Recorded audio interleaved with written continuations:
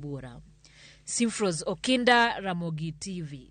Mano tend riwruok mar lakteche KMPDU oseyo counties mabuogo lakteche kapoko chulgi osara magi. Jagoro mar KMPDU Mendav Jiatela wacho ni counties moko chiwo barupe mag buogo tich mar jochiw thieth mabandho osara margi. Davji wacho ni lakteche biro ng'anyo nyaka chop migi chudo margi koa kuom counties. Ne oloso ka ene county ma Kisumu ma en achiel kuom counties ma lakteche ywak ni samoro nitie moko mapok ochul.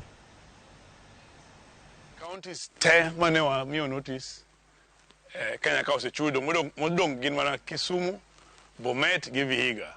Mago county adek ma sani ko jotich onge kata achiel. Koro nyiso ni governors gi ok prioritize health kaka dwarore. To jotich oamua ni gidhi ng'anyo nyaka gol pesa gi county mag governors gi. Nikech ok nyal bedo ni governors 44 oyudo pesa mosechulo jotich to governors adek odagi timo.